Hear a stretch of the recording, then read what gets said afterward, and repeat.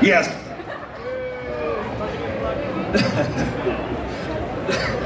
Good morning. Is there still some of your I had to buy clothes because my bag is in here? I bought this in the airport, and I don't know if I'm actually, how many of you am I actually offending with this shirt? I hopefully it's most of you. Look, none of these people watch sports. Everybody here. What are you talking about? There's a room full of athletes. Jesus, look at all these rippling muscles. Holy shit, bunch of specimens. Sunny Banani, Maura, hello.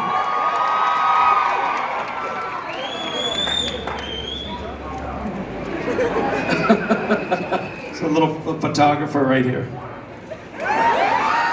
Well, you already told us how you got your first job yesterday, so.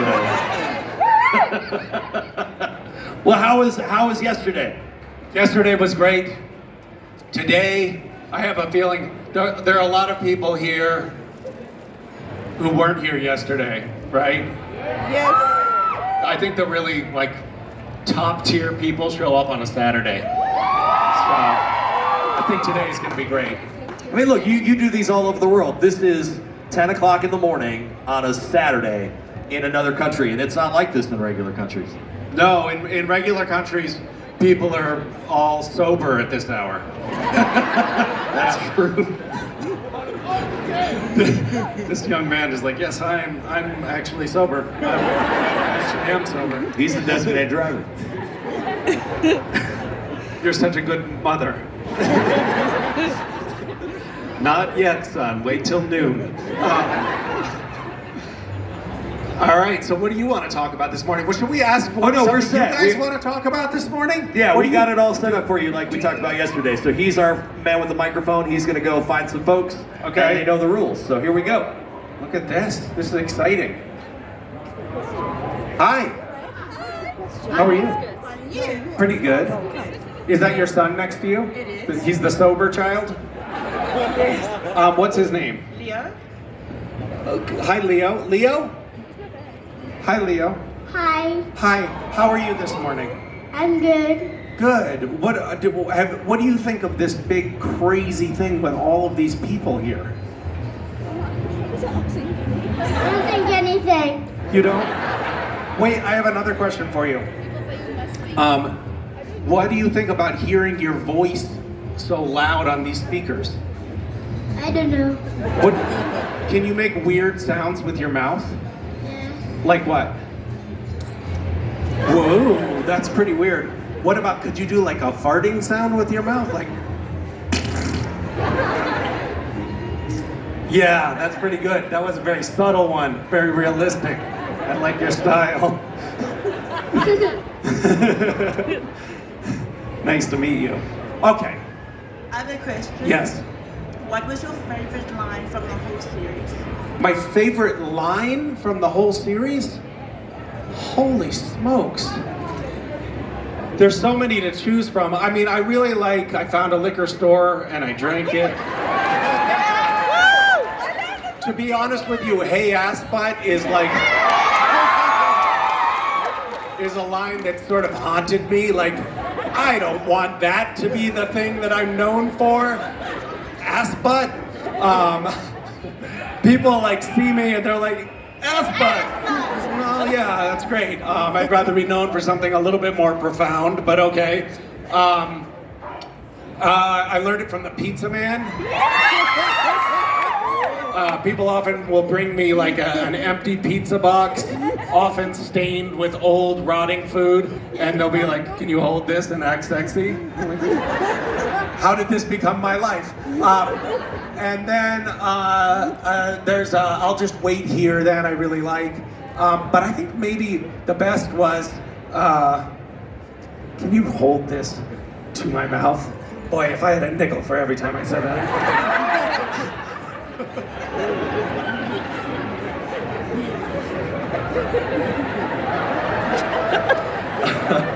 Oh, I'm sorry.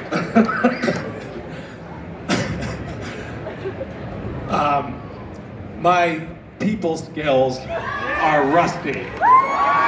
Thank you. That's my final answer.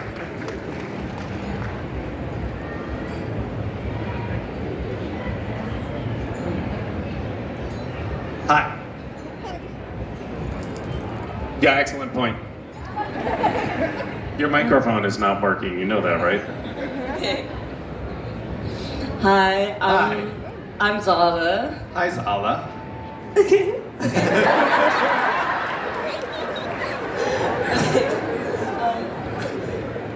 I want to ask, what was your favorite episode to film? Oh, I think The French Mistake was my favorite. Well, That's my favorite. The French Mistake was really fun to film because we really got to mess around and make fun of ourselves. I don't know, so those of you who don't remember, The French Mistake is the episode where Sam and Dean are cast into an alternate universe where they're the actors, Jared and Jensen, playing Sam and Dean on a show called Supernatural, and they meet the actor Misha Collins, who's playing Castiel, and I have Misha Migos, it was so the idea on that episode is that we were making fun of. So the episode was sort of designed to satire us as real people. So we were like taking little things that are from real life versions of us and amplifying them and kind of making fun of ourselves that way. But like, for example, I was, you know, kind of aloof and a little rude. I called the writer and I was like, hey, after I read the first draft, and I was like, could you push it a little further? Could you make the Misha character like the quintessential Hollywood douchebag? And he was like, yeah, fun. And so he wrote a couple of things, but I felt like he didn't quite push it far enough. So like when the hair and makeup people in the episode are like fixing my makeup, I just push them aside when I'm done. And like, don't even say thank you. And there are a couple of other things like that where I'm just a self-absorbed douchebag. And my manager at the time happened to watch that episode. But he didn't watch a lot of my stuff, but he happened to watch that episode. And he called me afterwards and he said, Misha, it was so great to see you just getting to play yourself. I was like, oh my God. I really am a douchebag. But like Jared was, you know, he had this huge portrait of himself in his house. And he had exotic animals, like he had alpacas in the backyard. Ironically, Jared now has exotic animals. I don't think he's ever made the connection, but he's got these like Shetland cows and things like that. And when we were done filming the episode, and there was this giant portrait of Jared, you know, from the set. A lot of times, like props that they're not going to use again, they'll just throw away. And Jared was like, "So what are you guys going to do with that?" Okay, thanks for asking.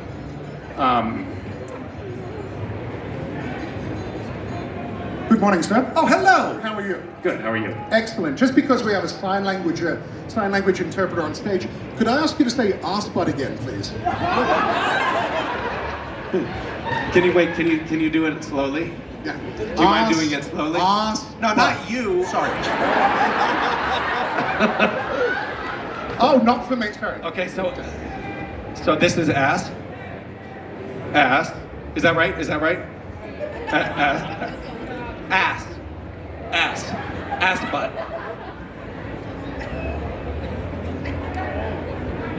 That's not proper. But is that if you were just like casually signing on the street, would you spell it or would you go ass butt? Ass butt.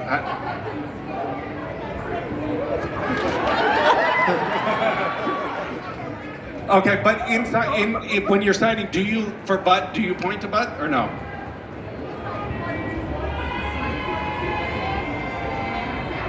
Yeah. Okay. That's too long for me. I'm not patient enough to actually learn something. Is there any news on another treasure hunt? Did you ever participate in Gish before? You did? Has anyone else here? Was anyone else a Gisher? Oh, there's a handful of people. I did this event called the Greatest International Scavenger Hunt, which was basically that, but people around the world participated and did these strange events. I had people do challenges, and some of them were really quite cool. Like we ended up getting the National Aeronautics and Space Administration, NASA, in the United States to officially name a mountain on Mars Gish, which was pretty cool. And William Shatner participated. And we broke 7 Guinness World Records, which was pretty cool. And everybody participated, like there were literally 100,000 people participating in the event. And it took all of us to get the Guinness World Records, but I filed the record application just in my name. Because, you know, why not? Yeah, yeah. Pick somebody else. Hello, sir. Hi. Okay, I have a super serious question. Okay. Hypothetical situation. Great. Your favorite director, you're about to go for the audition of a lifetime with him. Yeah. Or her. And you're standing in front of them. And so would you rather sneeze and both barrels of your nose just blow out with snot, or cough and shit yourself?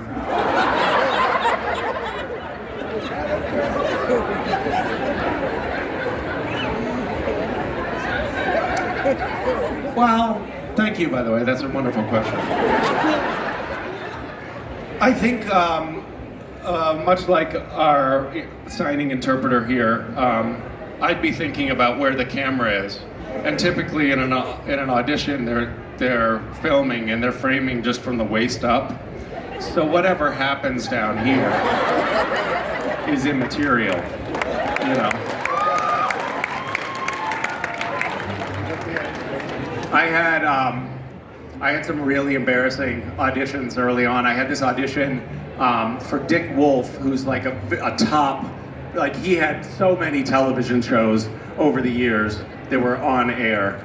And he was doing this new series, and it was about the White House, and I was auditioning for the role of the White House intern. And this was right when I first moved to LA, and I had just been a White House intern. So I was like, for sure, I'm gonna get this job. And I had taken this one acting class, and the teacher said, like, it's a good idea when you're doing a scene to do a little bit of business. They call it business, where you're like, you know, like folding a piece of paper or doing something with your hands while you're talking, and it just sort of like makes it look real and authentic. And so I went in to do this scene, and I had on like a jacket and a tie and a button-up shirt, and I was like, you know what would be cool in this audition? What I'll do is I'll make a little bit of business out of just like taking my jacket off and getting undressed, because in the scene I'm like coming home from a day of interning at the White House, and I'm in my apartment and I'm talking to my girlfriend. So I was like, we started the scene, and I had what's called sides. It's like the audition material. It's the words that you have to say in the scene, and you're sort of reading off that, but you sort of like tried to learn them a little bit. And there were 7 or 8 producers in the room. Like this was a high-level audition where it was like the big wigs who were deciding whether you're gonna get the job or there. And we start the scene, and I slip off my jacket and take off my tie, and I'm holding my sides in my hand, and the scene's going pretty well. But then I realize, like, I'm out of business. Like, that was way too fast. And then I realized, wait, I've got a t-shirt on under my button-up shirt. This will be perfect. So I start unbuttoning my shirt, and I'm like trying to read. It's hard to do with one hand, and it's super awkward, but I'm still reading my sides, and we're still getting through the scene, but I'm starting to feel awkward. It's just like not working that great, and I'm getting uncomfortable, and so I'm starting to sweat a little bit, and I finally like get it unbuttoned, and then I try to figure out how to get the button on my sleeve off, but I can't get it. And so I'm like, fuck it, I give up. And now we're getting close to the end of the scene where I have to hug my girlfriend, and I have to get my shirt off before then. I know that, like, the clock is running out. So I'm just like, fuck it, I'll just take the shirt off. But I'm still trying to hold the sides, and I get the sleeves to where I can't get the fucking, I can't get myself out of the shirt. So I end the scene dropping my sides, not being able to remember my lines, and having the shirt like hanging off of both hands. This, and I'm just tangled up in my shirt, covered in sweat, and totally mortified. And they say, thank you. And I say, would you like to see, would you like to see it again?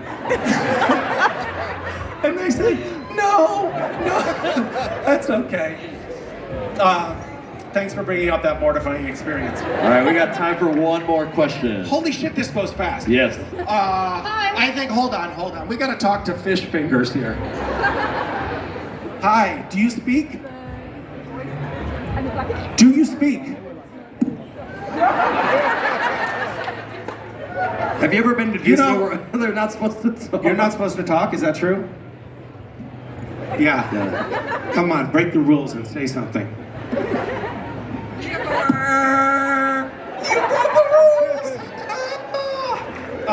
You don't want to ask a question, do you? Yes, you do? Yes, heart, I love you? Yeah. That's not a question. All right, who else wants to ask a question? Hi. Oh, yeah. Behind you. Where's that sound coming from? Directly behind you. Behind you. Oh, hi. Hi. My question is, do you think Castiel ever kept a secret Winchester death tally in his coat pocket? A secret Winchester what? Death tally. How many times they die? Oh, death tally. I thought you said tatty, like a tattoo, like a secret. I was just picturing, like, if Castiel takes off his shirt, he's got a tattoo of Dean Winchester hanging from a noose. Oh my God. Why? Wait. Is Castiel keeping a secret tally I'm asking you if he does. of Sam and Dean's deaths? No. They Why died would he so do much. that? They died so much, you might as well bet. I mean, I think we do. Sometimes Jared and Jensen and I sit around and sort of, like, compare, measure against one another. If you don't, pardon the expression, I always win. But we all have had a lot of deaths. I think Jensen wins because of one stupid episode, but we all have done a fair amount of dying on the show. It actually takes some of the potency out of a death scene in a show when everybody who dies always gets resurrected. You're just like, he's gonna come back later. It's Right, yeah, it's sort of like, who cares? Like, why do you even bother keep watching a show like that, right? All right, one more question, real quick. You. Hello, my sister here, like, absolutely loves you. Nadia, what do you have to say? I don't know, I'm freaking out. My question was, like, who was your favorite, like, actor to work with? I got this question yesterday. You'll have to ask another question. What I was your can tell you, not Jared and Jensen. What was your favorite, like, season?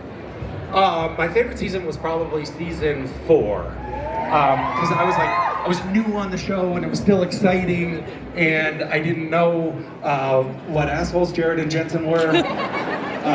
So it was still fun to be there. I would say, there was a scene on Supernatural. We were filming a scene, I think the episode was called My Bloody Valentine. And there's a scene in talking about favorite episodes, favorite seasons. This was a really fun scene to film. We were filming in a morgue, You know what that is? Like where they're dead bodies, right? And there was this collection of human hearts on the table. And Sam and Dean are standing on one side of the table, and Castiel is on the other side of the table. And I walk up to the table, and I don't remember what my line was, but it was something like, "We have to find out who took these human hearts." And I walk up to the table, to the gurney, this stainless steel table that has the hearts on it. And Jared and Jensen are standing on the other side, and the camera's on me, and it's behind them. And I walk up to the table. "We have to find out who found these human hearts." And then I feel a broom handle in my balls under the table. And Jared is holding a broom, going like this. And I'm like, and the director who's in the other room watching on the monitors sees me laugh at an inappropriate time in the scene, and he's like, "Hey, Misha, come on, pull it together. We gotta move on. We're running out of time here." And I'm like, "I'm sorry, but okay, buddy." So he's like, "All right, let's go again." So I go up to the table. "We have to find out who stole these human hearts." And they have taken the broom handle away from Jared, but unfortunately he has very long legs. And he does this thing like this. And I'm like, because it's like a trigger for me. Anybody, and I'm giving away a little secret here, but anybody puts their foot in my balls and I start giggling. So, so the director's like, "Misha," he's exasperated. He's like, "Misha, please stop. We've really got to move on." I'm like, "I'm sorry, but Jared keeps," and Jensen says, "Misha, just don't say the line to him. Say the line to me." And I'm like, "Oh my God, thank you. Finally, an adult." "We have to find out who stole these human hearts." I say it right to Jensen, and Jensen goes. And of course, I giggle again, and the director hates me. We had a lot of scenes like that, which were really demoralizing. Thank you guys. I'm sorry our time here is so short, but hopefully I get to see some of you later on today. I'm also doing a one-man show tonight. If anybody wants to, yeah, come see me. And we'd like to do something for you. Finally, I was wondering we'd like when for you were you, for you to stand right there. We want to get a picture of you with all of our friends from South Africa. So everybody stand up.